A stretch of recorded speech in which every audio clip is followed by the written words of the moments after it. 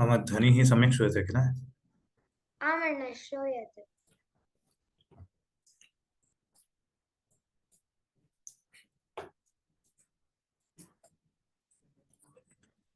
येनाक्षरसमाम्नायमधिगम्य महेश्वरात् कृत्स्नौ व्याकरणं प्रोक्तं तस्मै पाणिनये नमः। वाक्यकारं वररुचिं भाष्यकारं पतञ्जलिं पाणिनिं सूत्रकारं च प्रणतोऽस्मि मुनित्रयम्। अथ माहेश्वराणि सूत्राणि अयुण् ऋक् एवों अयौच् हयवरट् लण् ञमगणनं जभञ् घढधश् जबगडदश् खफ छठ थ चटतव् कपय शशसर् हल् इति माहेश्वराणि सूत्राणि। अथ द्वितीयाध्याये चतुर्थः पादः।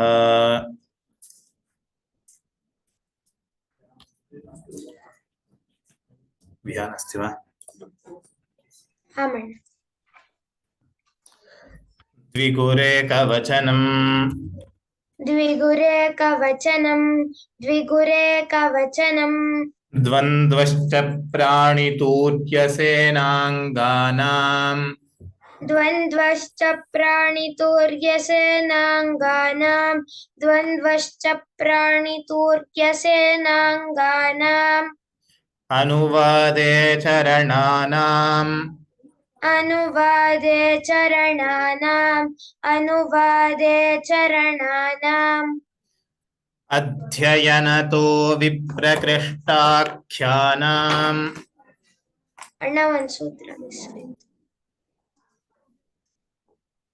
अध्वर्युक्रतुरनपुंसकम्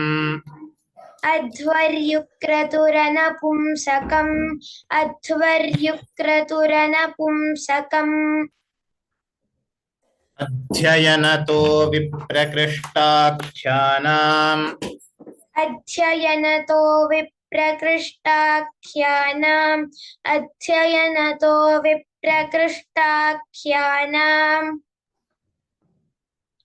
जातिरप्राणिनाम्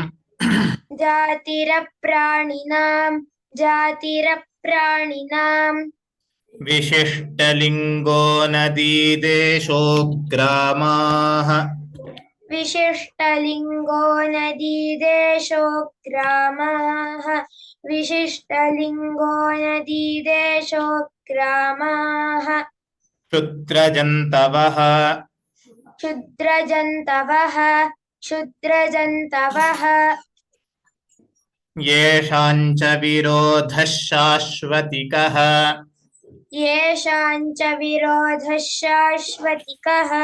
येषाञ्च विरोधः शाश्वतिकः शूद्राणामनिरवसितानाम्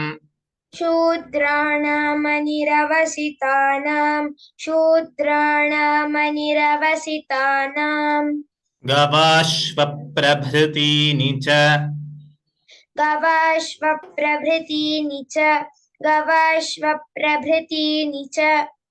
विभाषा वृक्षमृगतृणधान्यव्यञ्जनपशुषकुन्यश्ववडवपूर्वापराधरोत्तराणाम् विभाषा वृक्षमृगतृणधान्यव्यञ्जनपशुषकुन्यश्ववडव पूर्वापराधरोत्तराणाम् विभाषा वृक्षमृगतृणधान्यव्यञ्जनपशुषकुन्यश्ववडव पूर्वापराधरोत्तराणाम् विप्रतिषिद्धं चानधिकरणवाची विप्रतिषिद्धं चानधिकरणवाची न दधिपय आदीनि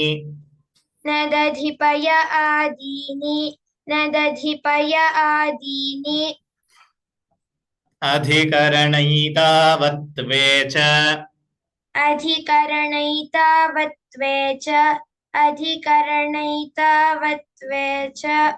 विभाषा समीपे विभाषा समीपे विभाषा समीपे सनपुंसकम् सनपुंसकम् सनपुंसकम् अव्ययीभावश्च अव्ययीभावश्च अव्ययीभावश्च तत्पुरुषो नः कर्मधारयः तत्पुरुषोऽनं कर्मधारयः तत्पुरुषोऽनं कर्मधारयः संज्ञायां कन्थोषी नरेषु संज्ञायां कन्थोषी नरेषु संज्ञायां कन्थोषी नरेषु उपज्ञोपक्रमन्तदाद्यातिख्यासायाम्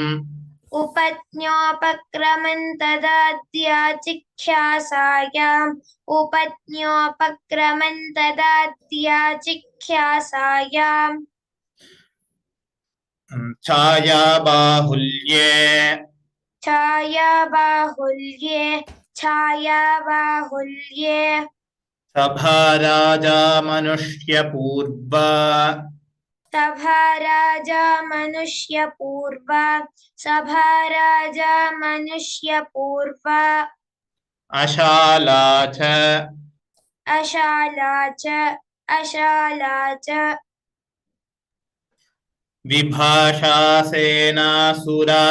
विभाषासेनासुराच्छायाशाला निशानाम् विभाषा सेनासुराच्छायाशाला निशानाम् विभाषा सेनासुराच्छायाशाला निशानाम् परवल्लिङ्गम् द्वन्द्वतत्पुरुषयोः परवल्लिङ्गम् द्वन्द्वतत्पुरुषयोः परवल्लिङ्गम् द्वन्द्वतत्पुरुषयोः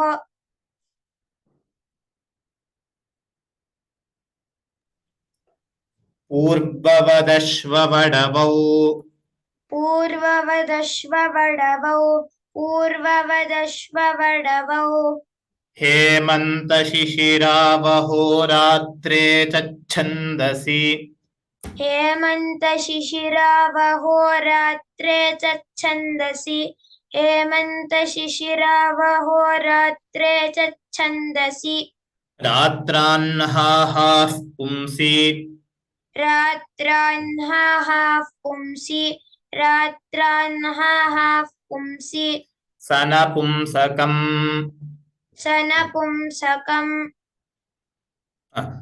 अपथन्नपुंसकम् अपथन्नपुंसकम् अपथन्नपुंसकम् अर्धर्चाः पुंसि च अर्धर्चाः पुंसि च अर्धर्चाः पुंसि च इदमोन्वादेशेषनुदात्तस्तृतीयादौ इदमोन्वादेशेषनुदात्तस्तृतीयादौ इदमोन्वादेशेषनुदात्तस्तृतीयादौ एतदस्त्रतसोऽस्त्रतसौ चानुदात्तौ एतदस्त्रतसोऽस्त्रतसौ चानुदात्तौ एतदस्त्रतसोऽस्त्रतसौ चानुदात्तौ द्वितीयाटौ स्वेनः द्वितीयाटौ स्वेनः द्वितीयाटौ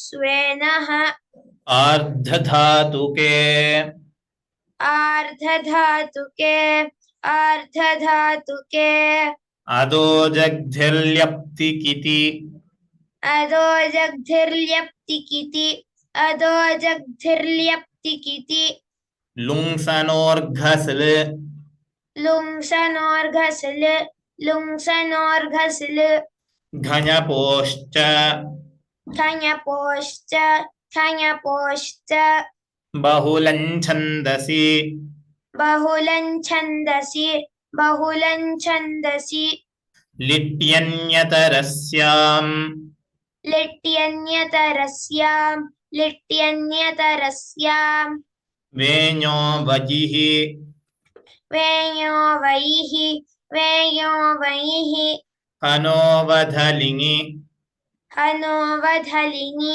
हनोवधलिनि लुङि च लुङि च आत्मनेपदेष्वन्यतरस्याम् आत्मनेपदेष्वन्यतरस्याम् इणो गालुङि इणो गालुङि नौगमिरबोधने नौगमिरबोधने सनि च सनि च इङश्च इङश्च इङश्च इङश्च गाङ्लिटि गाङ्लिटि विभाषालुङृङोः विभाषालुङृङोः अस्तु धन्यवादाः सम्यक् स्नेह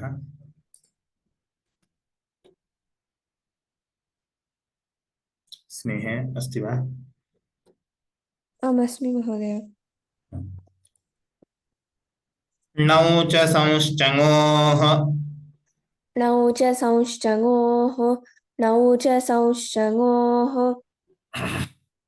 अस्तेर्भूः अस्तेर्भूः अस्तेर्भूः ब्रुवो वचिः ब्रुवो वचिः ब्रुवो वचिः चक्षिणः ख्याञ् चक्षिणः ख्यान् चक्षिणः ख्यान् वालिटि वालिटि वालिटि अजेर्व्यघञपोः अजेर्व्यघञपोः अजेर्व्यघञपोः वायौ वायौ वायौ न्यक्षत्रियार्षङितो यूनिलुगणियोः न्यक्षत्रियार्षनितो यूनिलुगणियोः न्यक्षत्रियार्षनितो यूनिलुगणियोः पैलादिभ्यश्च पैलादिभ्यश्च पैलादिभ्यश्च इञः प्राचाम् इञः प्राचाम् इञः प्राचाम् न तौल्बलिभ्यः न तौल्वलिभ्यः न तौल्वलिभ्यः तद्राजस्य बहुषु तद्राजस्य बहुषु तद्राजस्य बहुषु तद्राजस्य बहुषु तेनैवास्त्रियाम् तद्राजस्य बहुषु तेनैवास्त्रियाम् तद्राजस्य बहुषु तेनैवास्त्रियाम् यस्कादिभ्यो गोत्रे यस्कादिभ्यो गोत्रे यस्कादिभ्यो गोत्रे ञञञोश्च यञञोश्च यञञोश्च अत्रिभृगुकुत्सवसिष्ठगोतमाङ्गिरोभ्यश्च अत्रिभृगुकुत्सवसिष्ठगोतमाङ्गिरोभ्यश्च अत्रिभृगुकुत्सवसिष्ठगोतमाङ्गिरोभ्यश्च बह्वच इञः प्राच्य भरतेषु बह्वच इञः प्राच्य भरतेषु बह्वच इञः प्राच्य भरतेषु न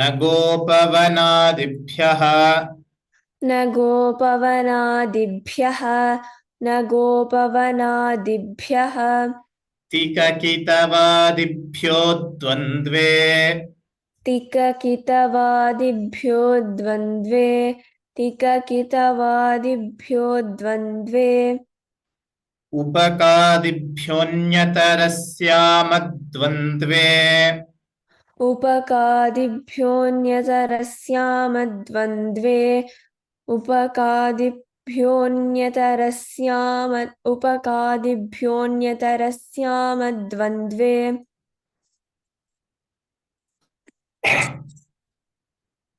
आगस्त्यकौण्डिन्ययोरगस्तिकुण्डिन च आगस्त्यकौण्डिन्ययोरगस्तिकुण्डिन च आगस्त्यकौण्डिन्ययोरगस्तिकुण्डिन च सुपोधातु प्रातिपदिकयोः सुपोधातुप्रातिपदिकयोः सुपोधातुप्रातिपदिकयोः अतिप्रभृतिभ्यः शपः आदिप्रभृतिभ्यः शपः आदिप्रभृतिभ्यः शपः बहुलं छन्दसि बहुलं छन्दसि बहुलं छन्दसि यङोचि च यङोचि च यङोचि च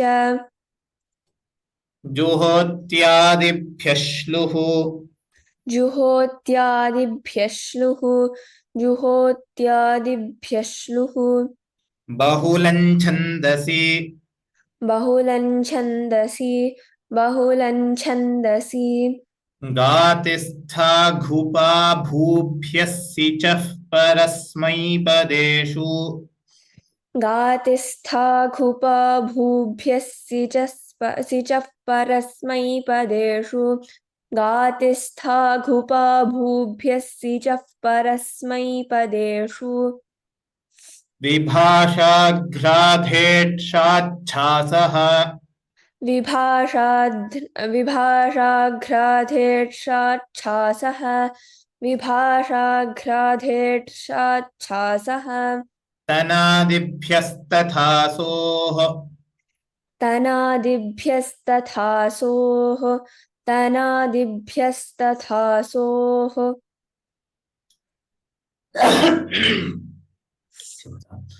मन्त्रे घसः वर्णशबृदहाद्वृच्छृगमिजनिभ्यो लेः मन्त्रे घसः वर्णशबृदहाद्वृच्छृगमिजनिभ्यो लेः मन्त्रे घसः वर्णशबृदहाद्वृच्छृगमिजनिभ्यो लेः आमः आमः आमः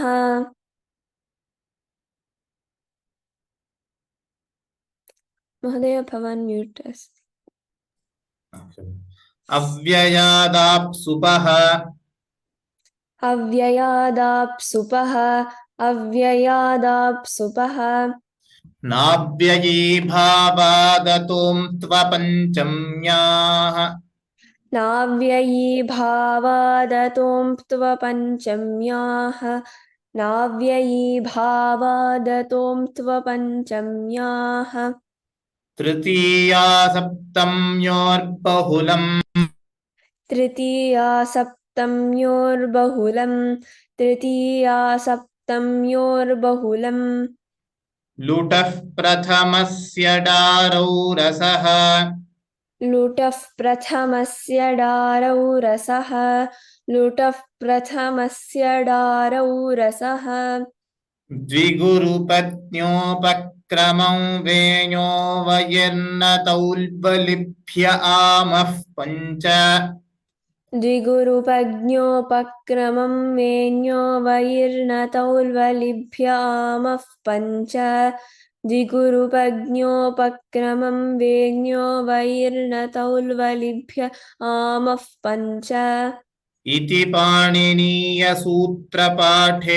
द्वितीयाध्याये चतुर्थः पादः इति पाणिनीयसूत्रपाठे द्वितीयाध्याये चतुर्थः पादः इति पाणिनीयसूत्रपाठे द्वितीयाध्याये चतुर्थः पादः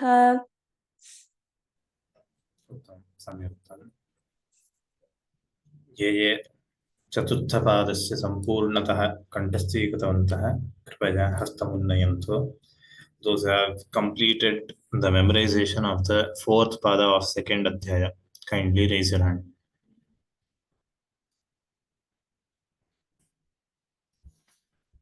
कोऽपि नास्ति वा? अस्तु. Those who have completed 60 sutras, raise your hand. 60 sutras, 60 षष्टि सूत्राणि अपि कोऽपि नास्ति वा?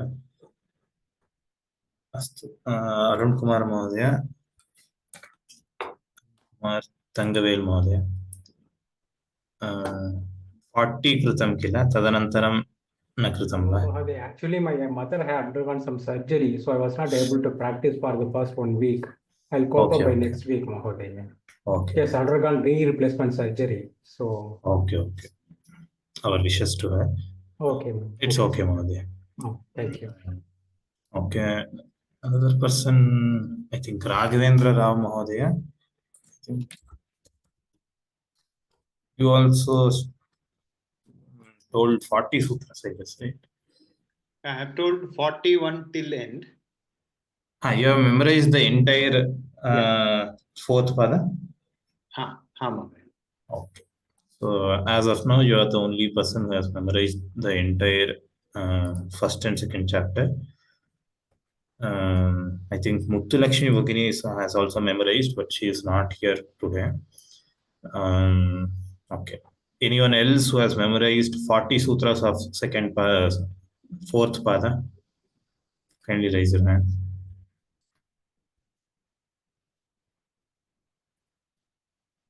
Okay, 20 sutras. Anyone who has memorized 20 sutras from fourth pada? Okay, so rest need to start memorizing the fourth pada. Okay. So again, last class also we announced the assessment will be there tentatively in the second week of March. The complete first and second chapter assessment. The final assessment will be in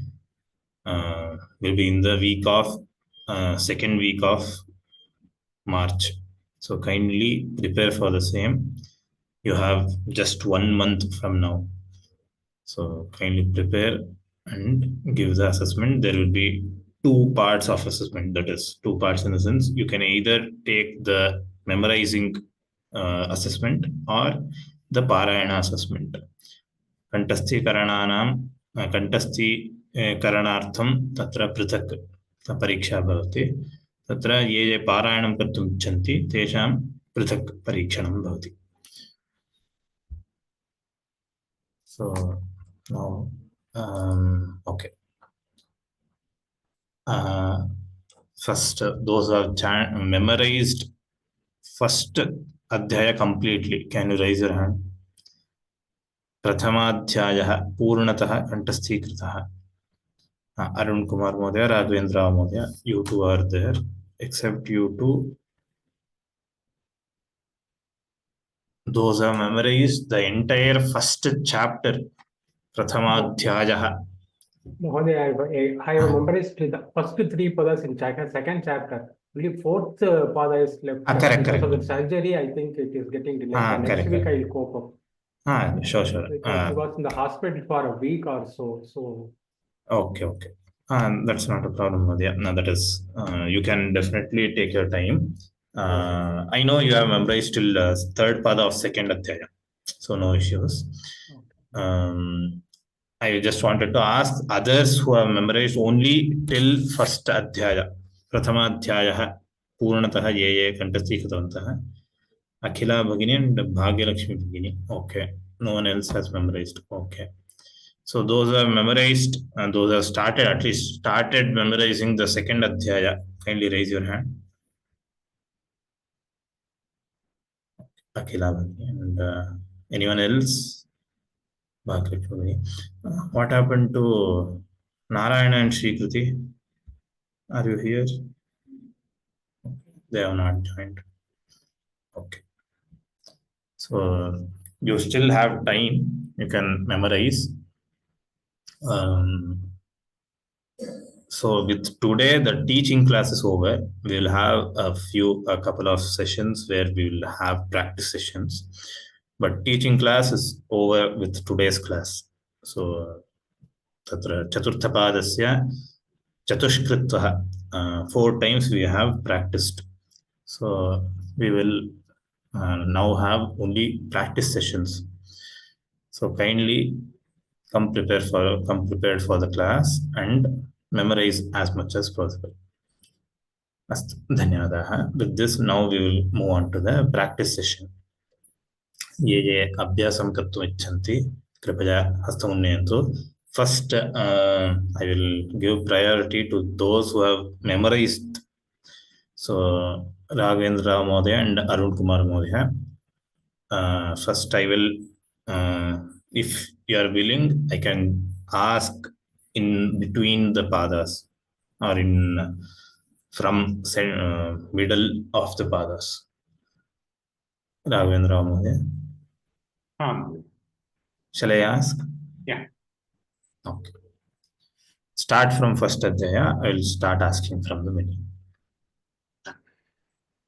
वृद्धिरादैच अदेङ्गुणः इको गुणवृद्धि न धातुलोप आर्धधातुके निति च दीधीवे वीटां हलोऽनन्तराः संयोगः मुखनासिका वचनोऽनुनासिकः तुल्यास्य प्रयत्नं सवर्णम् अव्ययीभावश्च अव्ययीभावश्च श्रीसर्वनामस्थानं श्रीसर्वनामस्थानं सुडनपुंसकस्य Okay. भवेति विभाषा. There is another अव्ययीभावश्च. अव्ययीभावः द्वितीय अध्याये प्रथम पाद अस्ति. Okay, tell that first. अव्ययीभावः. Tell that. अव्ययीभावः अव्ययं विभक्ति समीप समृद्धि वृद्ध्यर्था भावात्यया शब्द प्रादुर्भाव. एकं क्षणं पुनः वदन्तु. अव्ययं विभक्ति समीप समृद्धि वृद्ध्यर्था भावात्यया शब्द प्रादुर्भाव पश्चात् यथानुकूल. तत्र एकं क्षणम् एकं पदं त्यक्तम्. अव्ययं विभक्ति समीप समृद्धि वृद्ध्यर्था भावात्यया सम्प्रति. त्यया सम्प्रति शब्द प्रादुर्भाव.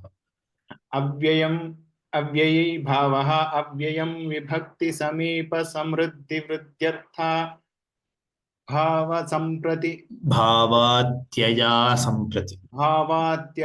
सम्प्रति शब्द प्रादुर्भाव पश्चात् यथानुपूर्व्य योगपद्य सादृश्य संपत्ति साकल्यान्त वचनेषु यथा सादृश्ये. Okay. So there is one abhibhavascha in first adhyaya. There is one abhibhavaha in second adhyaya first pada. But there is another sutra abhyayibhavascha. In which adhyaya can you remember?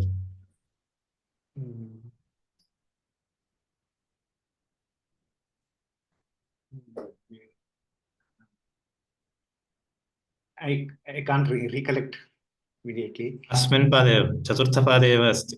In fourth pada only we have abhyayibhavascha.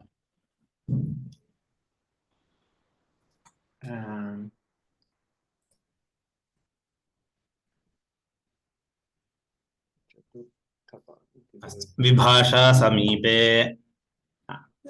तत्र अस्ति. विभाषा समीपे सनपुंसकम् अव्ययीभावश्च. So here there is one avyayibhavascha. So in Ashtadhyayi there are two avyayibhavascha, and in second adhyaya first pada there is one avyayibhavah. Uttam. Agre. From here continue. Avyayibhavascha. अव्ययीभावश्च तत्पुरुषोऽनन् कर्मधारयः संज्ञायां कन्थोषी नरेषु. तत्पुरुषः. किं महोदय? तत्पुरुषः.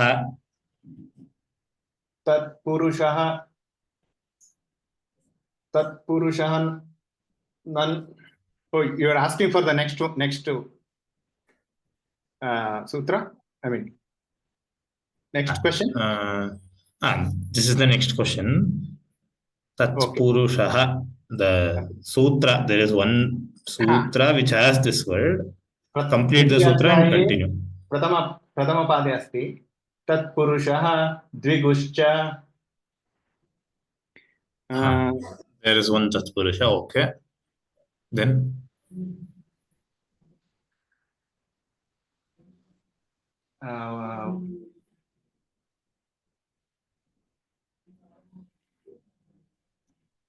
there is one sutra which starts from Tatpurusha. one Tatpurusho nan karmadharayah asti. There is one sutra Tatpurusha only. That is Tatpurushas. It will come. You can continue.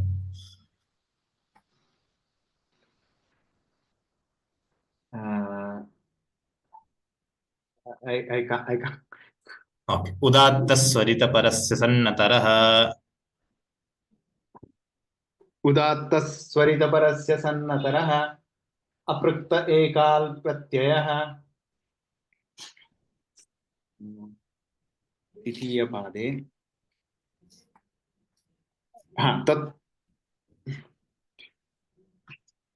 तत्र तत्पुरुष समानाधिकरण कर्मधारयः तत्पुरुषः समानाधिकरणः कर्मधारयः तत्र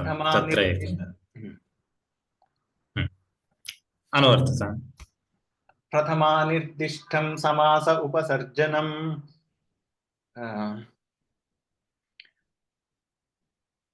प्रथमानिर्दिष्टं समास उपसर्जनम् एकविभक्ति च पूर्वनिपाते अर्थवदधातुरप्रत्ययः प्रातिपदिकं प्रोपाभ्याम there are two Yujayajñapatreshu. Tell the first one. Which is the first one? Propabhyam samarthabhyam. Continue from there. Anupasargadva apahnavejñah. Apanhavejñah akarmakacha. Okay. Which is the second probabhyam? Propabhyam yujayajñapatreshu samahakshnuah bhujo navane neranau yat karmanau chet sakartanadhyane bahulan chandasi. Bahulam chandasi trivaram asti chaturtha pade द्वितीयाध्यायस्य चतुर्थपादः bahulan chandasi yangochicha okay juhutyadibhyashluhu. That is one bahulan chandasi. Next Pashat, one more in sixth bahulam after juhotyaditya again it comes bahulam chandasi. उत्तमम्. तदनन्तरं किम् अस्ति? तत्पूर्वे अस्ति ninth position bahulan chandasi lityanyatarasyam. That is my question. What is the next sutra after bahulan chandasi? Okay. उत्तमम्. अनुवर्तता bahulan chandasi lityanyatarasyam veyo vaihi hano vadhalingi lungi cha atmane padeshvanyatarasyam अधिप्रभृतिभ्यः शपः अधिप्रभृतिभ्यः शपः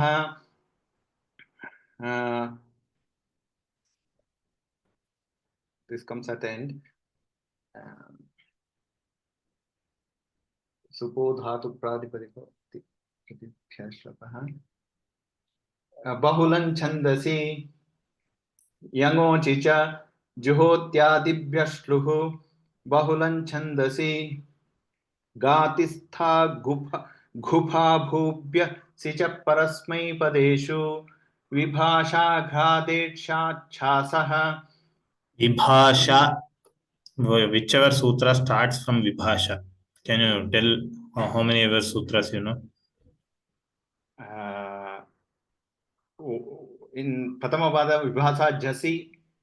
Vibhasha Jasi. Okay. Next. Vibhasha Chandasi comes couple of times. Where?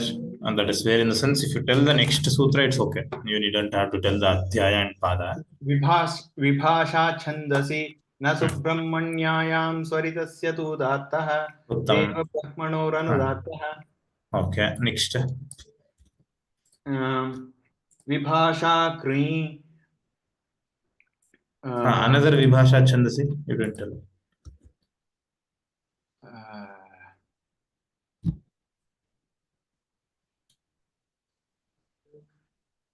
Is there another? You told there are two Vibhasha Chandasi. But I can't recollect now. So for you, I think Vibhasha Chandasi only occurs one time. There's another in sixth adhyaya, but Vibhasha Chandasi na Subramanya. That is the only occurrence as far as I remember. Anyhow, I may be wrong. Anyhow, next Vibhasha. Vibhasha Kri comes 2 times in. Vibhasha Kri. Okay, which are the two?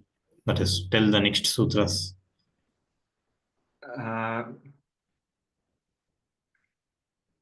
Vibhasha Kri Upajen Vaje Sakshat Prabriti Nicha. Okay, next. Next, after around 20 sutras, that Vibhasha Kri Laf Parasmai Padam Tanganavat Laf Parasmai Padam. Okay. Next, any other Vibhasha? So you have told some of them in first adhyaya. In second adhyaya. Fourth adhyaya Vibhasha Ghradet Shachasaha. Fourth pada. Correct. Next. In fourth pada only there are many Vibhasha.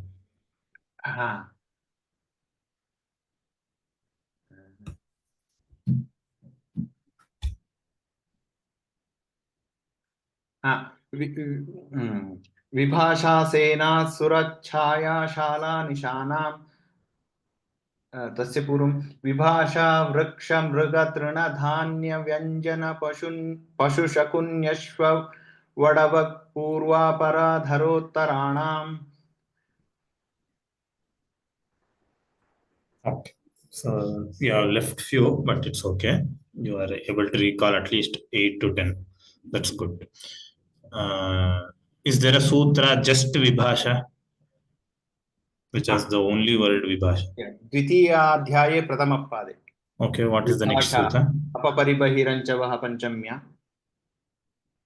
Next, continue there. Ang Maryada Bhividyoho Lakshane Bhiprati Abhimukhe Mukhye Anuryat Samaya Yasya Chaya Maha Tishtad Gup Prabriti Nicha Pare Mat. Continue. Pare Madhye Shastya Va Sankhya Vamshena Nathi Bishcha Hetau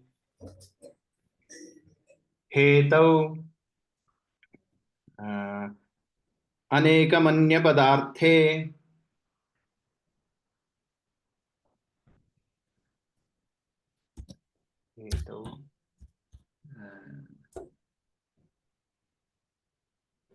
Hetau is in Tritiya Pada. Bahuvrihi.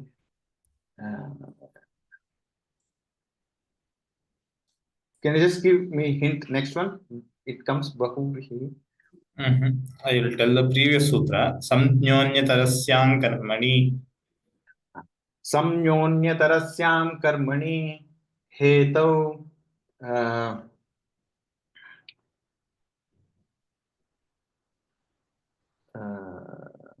I'll tell a little before also. Sahayukte pradhane. Sahayukte pradhane yenanga vikaraha samnyonyatarasyam karmani hetau. Is it akartar irane panchami? Correct. Akartar irane panchami vibhasha gune striyam षष्ठी हेतु प्रयोगे सर्वनाम्नस्तृतीया च अपादाने पंचमी. धन्यवादाः. सम्यक् उक्तम्. धन्यवादाः. You need to practice. That's it. You have memorized well. Just need to practice. Just everything is good. Dhanyavadah. Okay. Arun Kumar Modi, would you like to give now? Mahodaya, I'll participate next week certainly, Mahodaya. Okay. I'll come prepared next week. Sure. Because I didn't No rehearse problem. for the past 1 week, so Okay. I'll not be able to recall it properly. Okay. No problem. Okay. Next Tuesday, I'll certainly participate with all 8 padas, Mahodaya. Sure. Okay. Dhanyavadah. Okay. Now we'll go to practice. Those who want to practice fourth pada, second adhyaya, fourth pada, can you raise your hand? That is, either you can read or if you have memorized, then that's also okay. Those who would like to practice, kindly raise your hand. No one? Ramakrishna Shastri Mahodaya. नमस्कार महोदय। Namaskara. अथ पाणिनीयसूत्रपाठे द्वितीयाध्याये चतुर्थः पादः। द्विगुरेकवचनम् द्वन्द्वश्च प्राणितूर्यसेनाङ्गानाम् अनुवादे चरणानाम् अध्वर्युक्रतुरनपुंसकम् अध्ययनतो विप्रकृष्टाख्यानाम्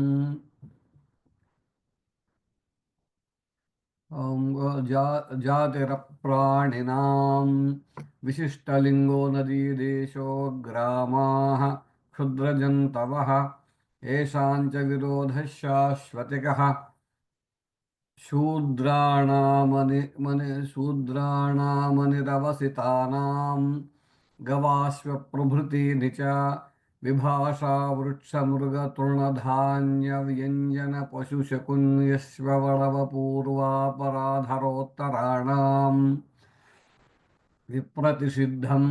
विप्रतिषिद्धं चानाधिकरणवाचि न दधिपय आदीनि अधिकरणैतावत्त्वे च अधिकरणैतावत्त्वै च अधिकरणैतावत्त्वे च. You are right the first time. अधिकरणैतावत्त्वे च विभाषा समीपे सनपुंसकम् अव्ययीभावश्च तत्पुरुषो नङ्कर्मधारयः संज्ञायां कन्थोषीनरेषु उपज्ञोपक्रमं तदाद्याचिख्यासायां छायाबाहुल्ये. Would you please scroll up, please? सभा राजा मनुष्यपूर्वा अशाला च विभाषा सेनासुराच्छायाशाला निशानां परवल्लिङ्गं द्वन्द्वतत्पुरुषयोः पूर्ववदश्ववडवौ हेमन्तशिशिरावहो रात्रे च छन्दसि रात्राह्नाः पुंसि अपथं नपुंसकम् अर्धर्चाः पुंसि च इदमोन्वादेशेषनुदात्तस्तृतीयादौ एतदस्त्रतसौ चानुदात्तौ द्वितीयाटौ स्वेनः आर्धधातुके अदोजग्धिर्लियप्ति लुंसनोर्घस्लु घञपोश्च बहुलं छन्दसि लित्यन्यतरस्यां मेयो वयिः हनोवधलिङि लुङि च आत्मनेपदेष्वन्यतरस्याम् इणोगालुङि नौगमिरबोधने सनि च इञश्च गाङ्लिटि विभाषालुङ्लृङोः लौचसो. धन्यवादः. भाग्यलक्ष्मी भगिनी. नमस्ते महोदय. You can start from 41. 41.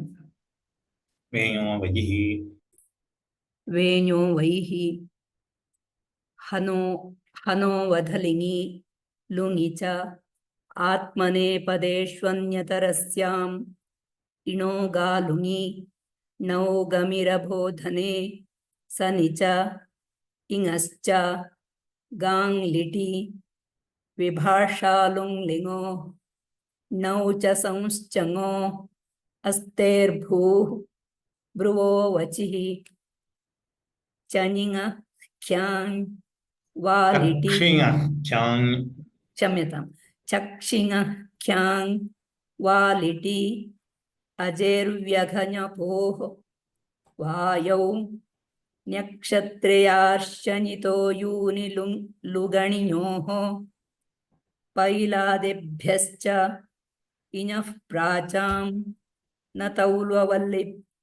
तौल्वलिभ्यः तद्राजस्य बहुषु तेनैवांस्त्रियाम् Tenaivastriyam, तद्राजस्य बहुषु तेनैवास्त्रियाम् यस्कादिभ्यो गोत्रे यञञोश्च अत्रिभृगुकुत्सवसिष्ठगोतमाङ्गिरोभ्यश्च बह्वच इञः प्राच्य भरतेषु न गोपवनादिभ्यः तिककितवादिभ्यो द्वन्द्वे उपकादिभ्योऽन्यतरस्यामद्वन्द्वे अगस्त्यकौण्डिन्ययोरगस्तिकुण्डिन च सुपोधातु प्रातिपदिकयोः आदिप्रभृतिभ्यः शपः बहुलं छन्दसि यङोचि च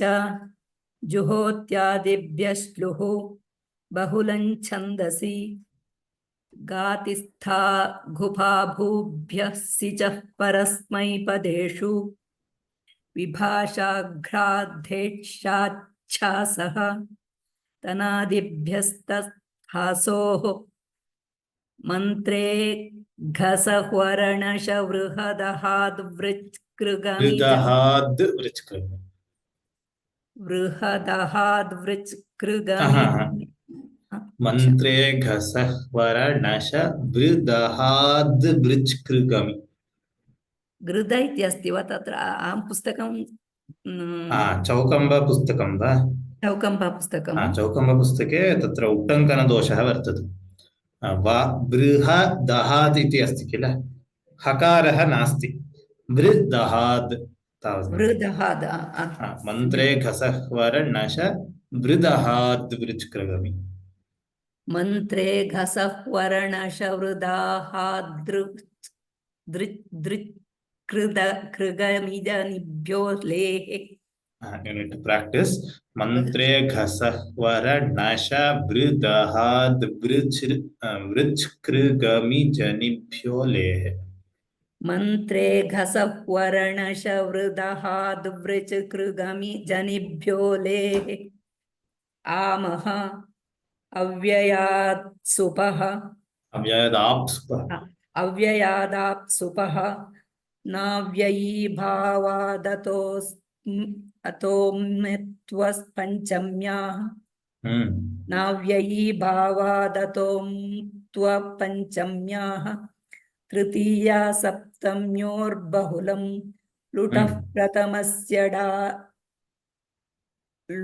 प्रथमस्य डारौ रसः द्विगुरुपज्ञोपक्रमं वेणो वैर्न तौल्यलिभ्य आमः पञ्च इति पाणिनीयसूत्रपाठे द्वितीयाध्यायस्य चतुर्थः पादः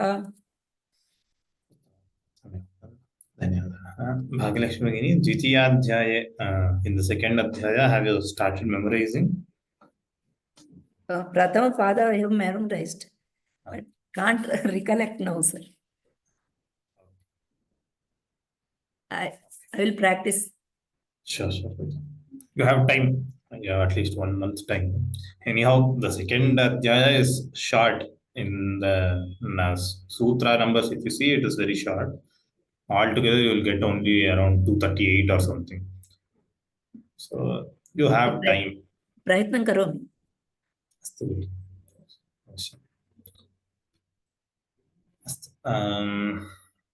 Anyone else who would like to chant? Maybe we can have one person chanting, I guess. Hemavati Shankar. I can only read, Mahodaya. Definitely. Now we will have only, we are having only reading session. Okay. अथ पाणिनीय सूत्र पाठे द्वितीयाध्याये चतुर्थः पादः द्विगुरेकवचनं द्वन्द्वश्च प्राणितूर्यसेनाङ्गानाम् अनुवादे चरणानाम् अध्वर्युक्रतुरनपुंसकम् अध्ययनतो विप्रकृष्टाख्यानं जातिरप्राणिनां विशिष्टलिङ्गो नदी देशो ग्रामाः क्षुद्रजन्तवः येषाञ्च विरोधः शाश्वतिकः शूद्राणामनिरवसितानां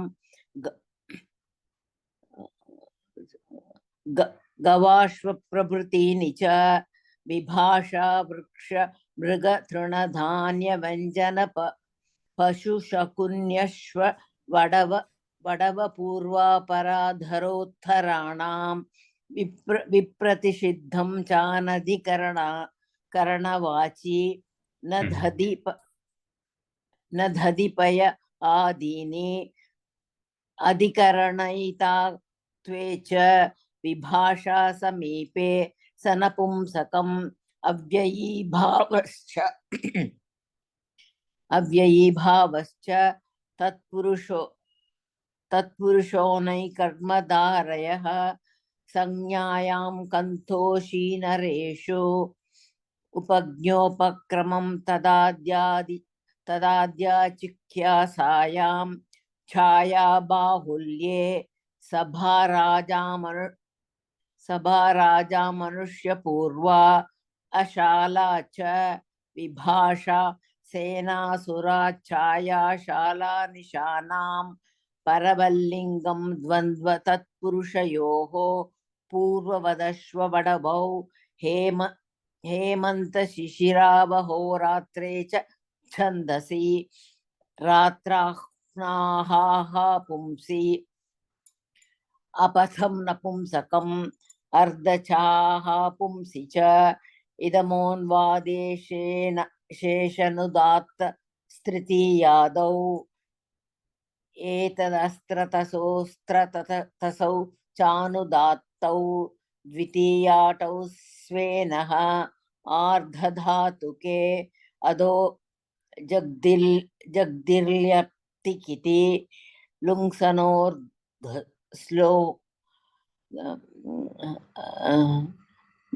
ngakaposhch कथं घञपोश्च घञ्यपोश्च पूर्वतनसूत्रमपि मया न पठितं लुङ्सनोर्घस्ल लुङ्सनोर्घस्ल घञ्यपोश्च घञपोश्च घञ्यपोश्च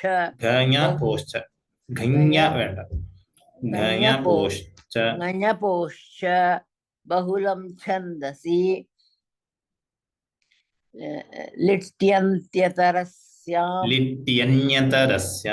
लिट्यन्यतरस्यां वेञो वैः हनो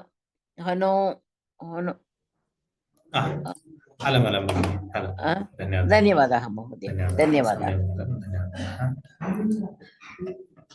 पद्मावती भगिनी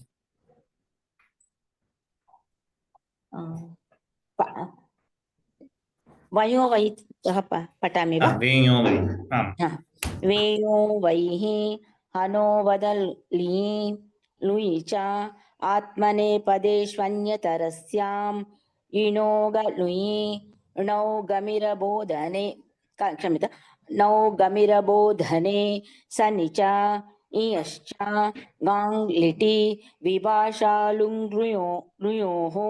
नौ च संश्चयोः अस्तेर्भूः भ्रुवो वचिः चक्षिङ्ख्याङ्ख्या क्षम्यतां चक्षिङ्गः ख्याङ् चक्षिङ्ख्यां चक्षिङ्गः ख्याङ् चक्षिङ्ह्यख्यां सम्यक् वा चक्षिङ्ह्यख्यां चक्षिङ्ग ककघङ चक्षिङ् चक्षिङ्ह It is not चक्षिङ्गः चक्षिङ्गः ञः चक्षिणः ख्यां चक्षिङ्गः ख्याङ् क्षिणः ख्यां वालिटि अजेर्व्याङ्ञपोः वायो न्यक्षत्रियार्चितो युनि लुगणियोः सम्यक् वा पैलादिभ्यश्च इय प्राचां न तौल्वलिभ्यः तद्राजस्य बहुषु तेनैव स्त्रियां तद्राजस्य बहुषु तेनैवास्त्रियां यस्कादिभ्यो गोत्रे यययोश्च अत्रिभृगुकृत्स्नवसिष्ठगौतमाङ्गीरोभ्यश्च बक्वच इय प्राच्य भरतेषु न गोपवनादिभ्यः तिककितवदिभ्यो द्वन्द्वे अपकतिभ्योऽन्यतरस्यामद्वन्द्वे अगस्त्य कौण्डिन्ययोरगस्तिकुण्डिन्यश्च आगस्त्यकौण्डिन्ययोरगस्तिकुण्डिनश्च कुण्डिनच् क्षम्यता आगस्त्यकौण्डिन्ययोरगस्तिकुण्डिनच् सुपोधातु प्रातिपदिकयोः अधिप्रभृतिभ्यः शपः बहुलं छन्दसि ययोचिचा जुहोत्यादिभ्यः श्लुः बहुलं छन्दसि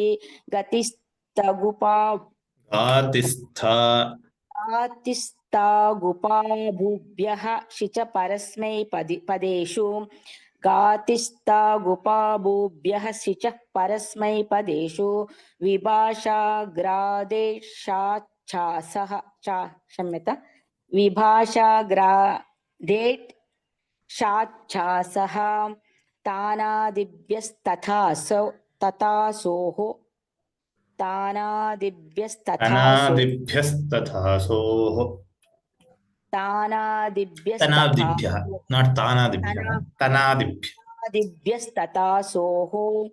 मन्त्रे गसक्वरणशवृदहद वृच्कृगमिजनि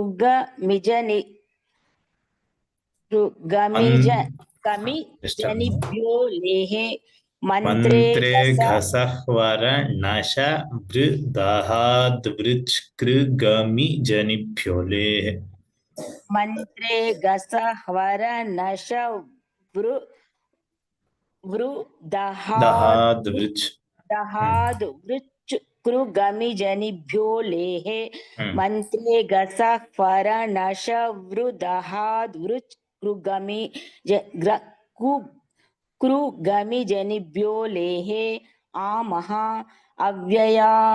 अव्ययदाप्सुपः